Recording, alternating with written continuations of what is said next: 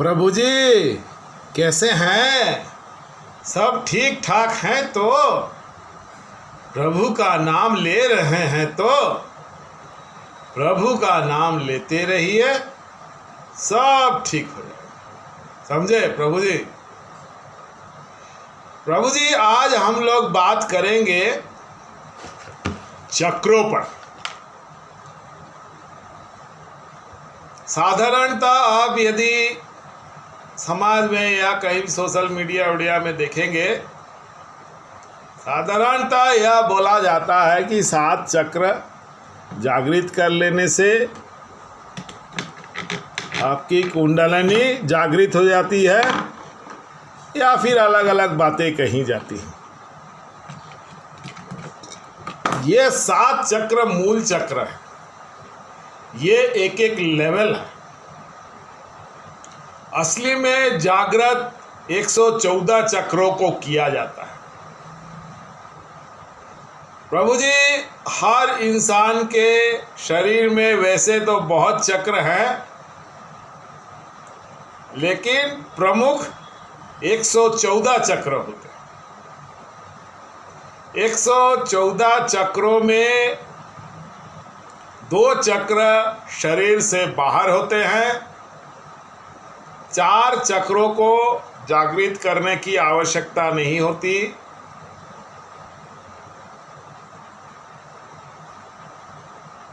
114 में से 6 यदि आप हटा देते हैं तो 108 बचते हैं। हमें 108 चक्रों को जागृत करना पड़ता है। यदि कोई भी साधक इन 108 चक्रों को जागृत कर लेता है तो वह सृष्टि के साथ विलीन हो जाता है और उसके शरीर में सृष्टि की सर्वोत्तम ऊर्जा फ्लो करने लगती है और उसे सृष्टि का ज्ञान हो जाता है।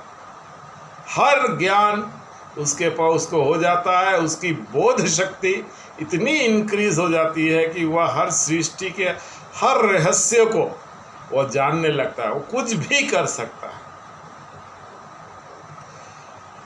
ये 108 चक्र बहुत ही महत्वपूर्ण है।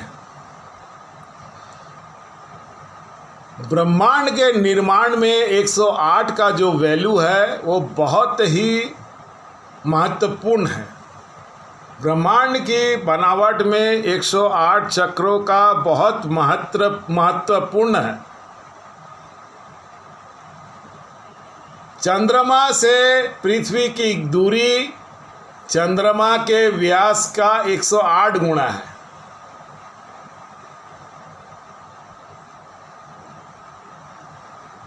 सूर्य से पृथ्वी की दूरी सूर्य के व्यास का 108 गुना है।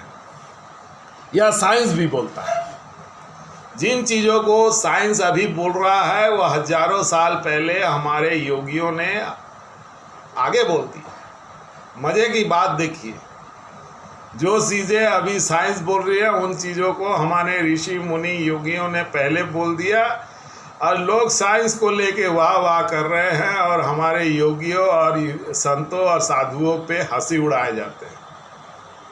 मज़े की बात देखिए, जिन चीज़ों को सनातन ने लाखों वर्षों पहले बोल दिया वो चीज़ों को अभी साइंस बोल रही है। और मज़े की बात देखिए, वाह वाह उनका होता है और हमारे साधु संतों को पाखंडी बोला जाता है। खैर जो बात है वो है। तो 108 जो चक्रास है ये सौर मंडल के बनावट में एक बहुत ही महत्वपूर्ण भूमिका निभाती है। अब ये 108 जो चक्र होते हैं ये त्रिकोणाकार होते हैं। त्रिकोणाकार होने का कारण है हमारे शरीर में 72,000 नाड़ियां हैं। वो त्रिकोणाकार आकार में इन चक्रों से मिलती हैं। और चक्र इसलिए बोलते हैं क्योंकि जो ऊर्जा है वो गोलाकार रूप में फैलती है। वहाँ पे जो ऊर्जा आती है, हम जब ध्यान करते हैं या फिर महामंत्र जाप करते हैं या कुछ भी प्राणायाम करते हैं, कुछ भी करते हैं, तो वो नाड़ियों के थ्रू से इन चक्रों में आती है। फिर इन्हीं चक्रों से वह प्रमुख ईड़ा पिंगला और सातों चक्रों में जाके मिलती है। इससे हमारा एनर्जी लेवल हाई होता है।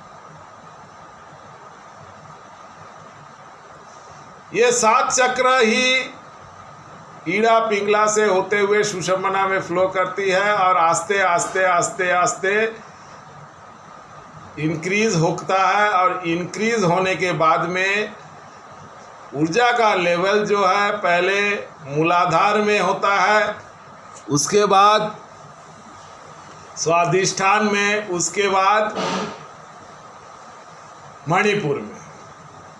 एक साधारण इंसान को जीवित रहने के लिए 21 चक्रों का जागृत होना जरूरी है। एक साधारण मनुष्य, जो साधारण प्राण ऊर्जा जिसे हम कहते हैं, इसमें सिर्फ 21 चक्र जागृत होते हैं। 21 चक्र जागृत होने से एक इंसान साधारण इंसान होता है, उसकी ऊर्जा मूलाधार में होती है और वह एक जीवित इंसान होता है। उसे अध्यात्म का उतना ज्ञान व्यान नहीं होता। लेकिन साधारणतः 21 चक्र जागृत होने से एक साधारण मनुष्य होता है, उससे नीचे यदि ऊर्जा गिर जाती है तो आदमी बीमार हो जाता है। बुढ़ापे में इससे नीचे ऊर्जा गिर जाती है, इस कारण बुढ़ापे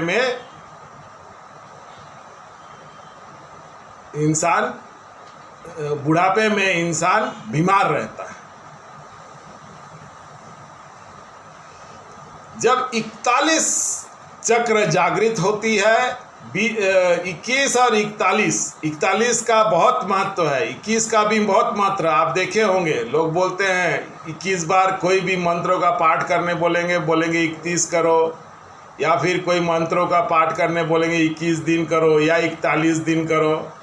इसका प्रमुख कारण यही है।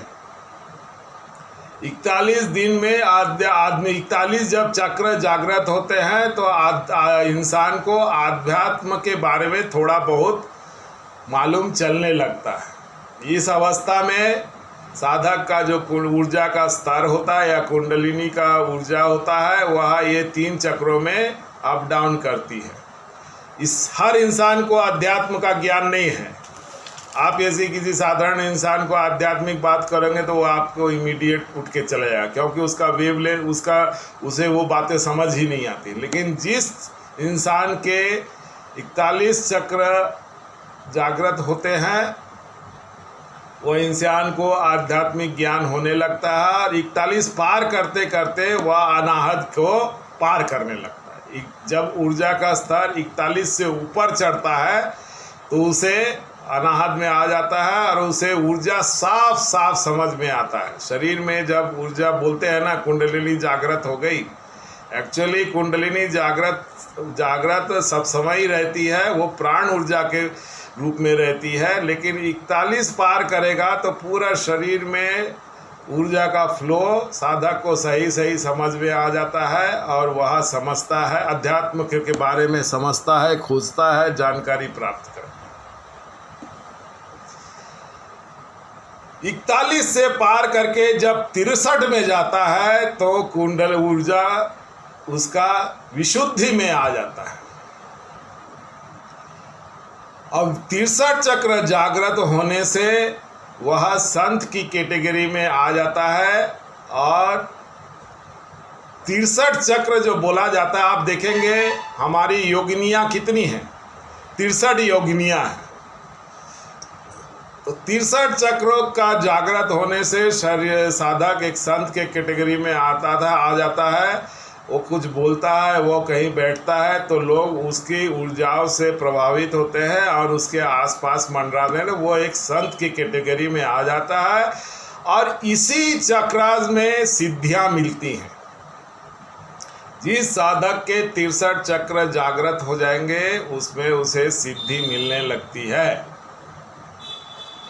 इसमें उसका बोध क्षमता, अब सिद्धि कैसे मिलती है, उसमें उसका बोध का क्षमता, उसकी ज्ञानेंद्रिया बहुत ज़्यादा जागृत हो जाती, ज्ञानेंद्रिया बहुत ज़्यादा जागृत हो जाता है और इसमें उसे वाक सिद्धि मिलती है। मेरे कमेंट बॉक्स में आपने देखा होगा, बहुत लोगों ने मुझसे बहुत सारे प्रश्न किया, आध्यात्मिक प्रश्न किए और मैंने उन्हें मार्ग बताया, उस मार्ग में चलने से उन लोगों का प्रॉब्लम सॉल्व हो गया। ये मैंने कैसे बताया? मेरी बोध क्षमता इंक्रीज हो गई। इंक्रीज होने से मैंने उसे जो रास्ता बताया, यदि वह आदमी उस रास्ते पे सही से करेगा तो उसका प्रॉब्लम सॉल्व हो जाएगा। इसी को वाक सिद्धि बोलते हैं। वाक सिद्धि इसी को बोलते हैं, समझे प्रभु जी। इसमें जिस साधक की 63 चक्र जागृत हो जाते हैं, उसका विशुद्धि चक्र पकने लगता है और वह जो बोलता है वो चीज़ें होने लगती हैं। वाक सिद्धि कुछ और है नहीं, उसका बोध क्षमता बहुत बढ़ जाता है। उससे कोई प्रश्न किया जाता है तो वो जो बोलता है वह उसकी ज्ञान इंद्रियों में इतनी समझ आ जाती है, वो जो बोलता है वो होने लगता है। इसी को वाक सिद्धि बोलते हैं। इसमें बहुत सारी शक्तियाँ आती हैं, बहुत सारे शक्ति होते हैं और इसे 10 महाविद्या का केंद्र इसीलिए बोला जाता है। 63 योगिनियाँ होती हैं।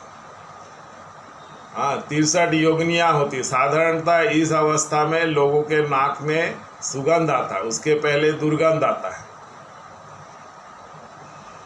अब जब 63 चक्र जागृत होते हैं, उसके बाद 84 चक्र जागृत होते हैं। जिस साधक के 84 चक्र जागृत होते हैं, उसकी बोध क्षमता बहुत बढ़ जाती है और उसका दिव्य दृष्टि खोलने लगता है। एक्चुअली उसका दिव्य दृष्टि को खोलने का मतलब है वह उसका बोध क्षमता, उसकी ज्ञान इंद्रियाँ बहुत तीव्र हो जाती है। वह जो भी बोलता है, वो जो भी बोलेगा, जैसे भी चीज़ों को देखेगा वो बोलेगा, तो वो चीज़ें होने लगेंगी। इसी चीज़ों को हम दिव्य दृष्टि बोलते हैं। बोध क्षमता उनका बहुत ज़्यादा इंक्रीज हो जाता है और जो भी बोलता है वो चीज़ें घटने लगती हैं, लोग उससे आकर्षित होते हैं। साधारणतः यह बहुत ही दिव्य संत होते हैं, इनका समाज में बहुत इज्जत होता है। इनके शरीर में जो ऊर्जा का फ्लो है बहुत तीव्र है। वो कहीं भी जाता है, जय संत कहीं भी जाते हैं, आसपास लोग मंडराते हैं, क्योंकि उनके शरीर से बहुत ज़्यादा तीव्र ऊर्जा का फ्लो होता है। उनके वाणी में बहुत ज़्यादा वाइब्रेशन होता है। उनके आवाज़ को लोग सुनते हैं तो वो वाइब्रेशन से लोग उनकी ओर आकर्षित होते हैं और वो बहुत ही दिव्य संतों में, हमारे देश के जितने भी बड़े बड़े संत हैं, ये सब के 84 चक्र जागृत हैं। 84 चक्र जागृत होने से एक बहुत ही उच्च कोटि के संत होते हैं। इसे बहुत ही नाम बहुत होता है और जो भी इनके संपर्क में आते हैं, उनके प्रभाव में आते हैं, वो उनसे बहुत ज़्यादा प्रभावित है और वो शिष्य हो जाते हैं। इसके बाद आता है 108। जिस साधक का 108 चक्र जागृत हो जाता है, वह समाधि को पा लेता है और वह पूरा सृष्टि को जानने लगता है और वह समाधि को पा लेता है। इस अवस्था में ही 108 चक्र जिसके जागृत हो जाते हैं, वह समाधि को पा लेता है और वह सृष्टि में विलीन हो जाता है। उनके शरीर में सृष्टि की सर्वोत्तम ऊर्जा का फ्लो होने लगता है और वह ये सब बहुत कम होता है। 500-1000 साल में कोई आ गया, बहुत कम है। शंकराचार्य उनके बाद आए, उनके बाद आए आपके बाबा गोरखनाथ, मत्स्येंद्रनाथ, उसके बाद 500-500 साल का गैप है, 500-1000 साल का गैप है। उसके बाद आए आपके तुलसीदास, रामकृष्ण परमहंस, तेलंग स्वामी, ये सब 400-500 साल के अंतर में आए हैं। ये साधारणतः इस अवस्था में साधारणतः जो भी होते हैं वो बहुत ही दिव्य संत होते हैं और इन्हें अवतार कहा जाता है। साधारणतः ये आते हैं बाबा, आपके देवहरा बाबा, आपके नीम करोली बाबा, आप देखिए इन सब का आने का अंतर, एक साथ आए हैं, 3-3, 4-4 एक साथ आए हैं। जिस समय शंकराचार्य का जन्म हुआ, उस समय बौद्ध धर्म पूरी तरह से सनातन को ख़त्म कर दिया था। शंकराचार्य आए, फिर उन्होंने जागृत किया, सनातन को जागृत किया। मुग़ल शासन आए, पूरा सनातन को ख़त्म कर दिया मुग़ल शासन में। उस समय बाबा गोरखनाथ आए, मत्स्येंद्र नाथ आए, फिर तुलसीदास जी का जन्म हुआ, फिर अंग्रेज शासन आए, उस समय आपको त्रिलंग स्वामी आए, हाँ, लाहिरी महाशय आए, आनंदमयी माँ आई, आपके देवहरा बाबा आए, आपके नीम करोली बाबा आए। तो जिस समय भी सनातन बहुत ही खराब समय में आया, उस समय ऐसे ऐसे अवतार आए जिनके 108 चक्र, उन्होंने अपने चक्रों से पूरा समाज को जागृत कर फिर सनातन को अपने वस्तु स्थिति में लाए। बहुत हमले हुए, लेकिन हमारा जो सनातन बचा हुआ है इन्हीं दिव्य योगियों के कारण बचा है, और किसी में इतनी शक्ति नहीं कि सनातन को ख़त्म कर दे। बहुत प्रयास, अभी भी बहुत प्रयास हो रहे, पर इनमें शक्ति नहीं है। प्रभु जी, आशा करता हूँ मैंने आपको चक्रों के बारे में बहुत अच्छे से समझा दिया, आप लोग समझ गए होंगे। प्रभु जी, मेरे चैनल को लाइक कर दीजिएगा, सब्सक्राइब कर दीजिएगा, शेयर कर दीजिएगा, कमेंट जरूर करिएगा। यदि आपको किसी भी तरह का प्रॉब्लम है, आप यदि मेरे को बोलेंगे तो मैं आपका मार्गदर्शन कर दूंगा, आपका प्रॉब्लम सॉल्व हो जाएगा। बहुत लोगों का प्रॉब्लम, बहुत लोगों को प्रॉब्लम सॉल्व हुआ है, उन्होंने कमेंट करके बोला है। मैंने जो प्राणायाम बताए हैं ये साधारण प्राणायाम नहीं है, ये आपको कहीं मिलेंगे नहीं। बहुत लोगों को बहुत सारी समस्याएं, सिर दर्द की समस्याएं, कमर दर्द की बहुत सारी समस्याओं उनकी थी, मैंने उन्हें कमेंट करके बोला, उन लोगों का प्रॉब्लम सॉल्व हो गया। ये होगा, आपको आध्यात्मिक कोई भी प्रॉब्लम है, आप निश्चिंत होकर पूरा कमेंट कीजिए, आपका प्रॉब्लम सॉल्व हो जाएगा। आज के लिए बस इतना ही, धन्यवाद।